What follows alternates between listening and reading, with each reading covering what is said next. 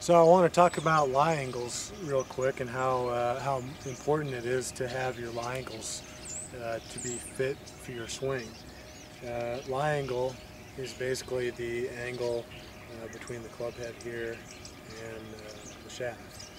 And with the shorter clubs, they're going to be, because the club is shorter, they're going to be sitting more upright like this, like with the pitching wedge. And then with a longer iron, if I try and put this flat and a 3-iron flat, there's going to be, you can see there's a difference in the angles here with the clubs. So typically there's a progression in lie angles from pitching wedge to 3-iron, and it's kind of standardized. But one of the reasons why it's important here to have them be made to fit your swing is if I attach this little thing here on here. You can see that? Okay. But if I sit it flat, you can see that this stick points straight. But if your club is coming through more upright like this, the club face literally points that way.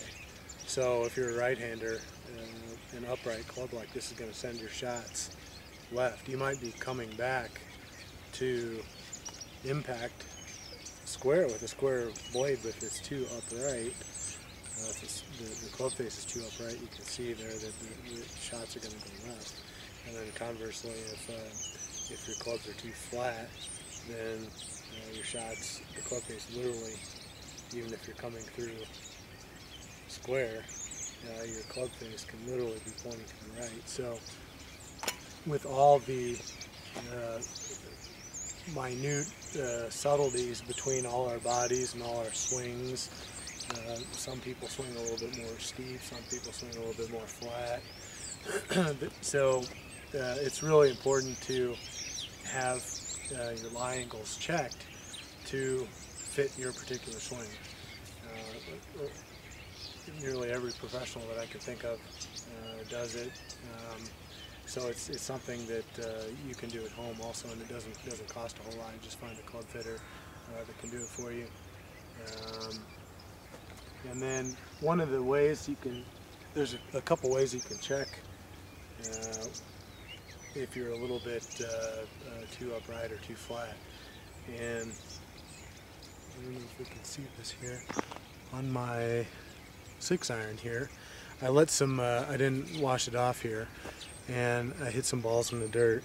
And you can see that my dirt line, 1, 2, 3, goes roughly straight across the 4th mark here. So that is a good indication that my club is coming through the dirt flat. So because of what we're talking about there with this thing, if it's grounded squarely, then my shots are going to go straight. But if the dirt line was more up at an angle like that, or more down like that, it's one simple way that you can use to determine whether or not you need to make an adjustment to your clubs, or just one club. Some people might hit all of their irons pretty straight, except for some reason the 5 and the 6. 5 goes left and the 6 goes right. So your swing might be fine, but I think the problem might be there would be just to check your 5 and 6 iron. Or you don't even need to check it with dirt here like this. If you tend to hit a particular iron to the left, take it a little bit more flat for a right-hander. If you go a little bit to the right, take it a little bit more upright. So definitely something to do with your irons there. You'll hear instructors talking about it. AJ Boner on his DVD series. Dalton McCreary talks about it in his DVD series. You'll hear that with a lot of other pros too. Something very important to do. And then also, so another way to check it is sometimes if you go to a club fitter, what they'll do is they'll put a piece of tape on the bottom, and then they'll have you make some swings and hit balls on this board. It's called a lie board. So when your swing comes through and you hit a ball on the board, it'll make a little scuff mark on the tape, and the idea is to have the scuff mark be right in the center of the club there, because that'll be an indication that at impact your club is coming through grounded squarely. And if the scuff mark is a little bit too towards the heel or towards the toe, then they can actually adjust it. And it's literally bending the club. They'll put it in a vice grip and take a bar and bend it up or bend it down. And it's really it's as simple as that. Sometime I'll show you one. I got a buddy here that handles my lie adjustments, and it's going to be a little bit easier for those of you that play forged clubs. The metal is going to be a little bit softer and easier to bend, but that also means that you probably should check them every now and then, because over time they can bend.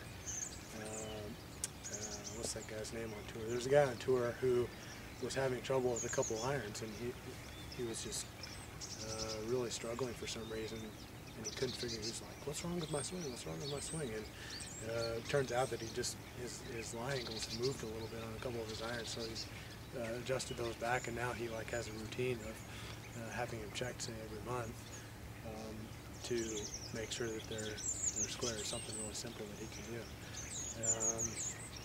There's a couple other different ways that club fitters can check your lie angles, but those are a couple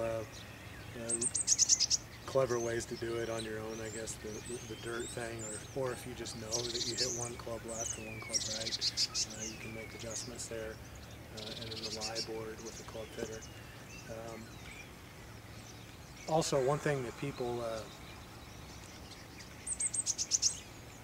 people don't also consider is that their drivers are like this. So I forget exactly the standard increments between clubs. I think it's about a half a degree per club.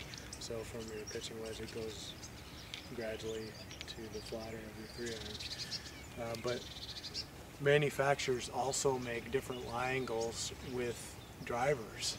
So I've seen drivers that are 54 degrees, and I've also seen drivers that are 61 degrees.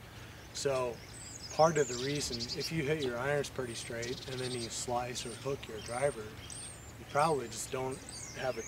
You just need to get a driver that fits you from a lie angle standpoint, or that's one thing to look at. So you know, with a 6 degree change there, it's something that I think a lot of people, even instructors, overlook. Something you can do with the driver. And then also, you know, as I mentioned, the longer the club gets, the flatter the lie is. So if you play a 44-inch driver, each individual, you'll need a different lie angle if you move from a 44 to a 46 or a 48. So like there are different lie angles with drivers, or with irons, there's with different lengths, there's also different lie angles you need to be aware of depending on the length of the driver that you play. So that's a factor that needs to be taken into consideration. I think that's about, oh, one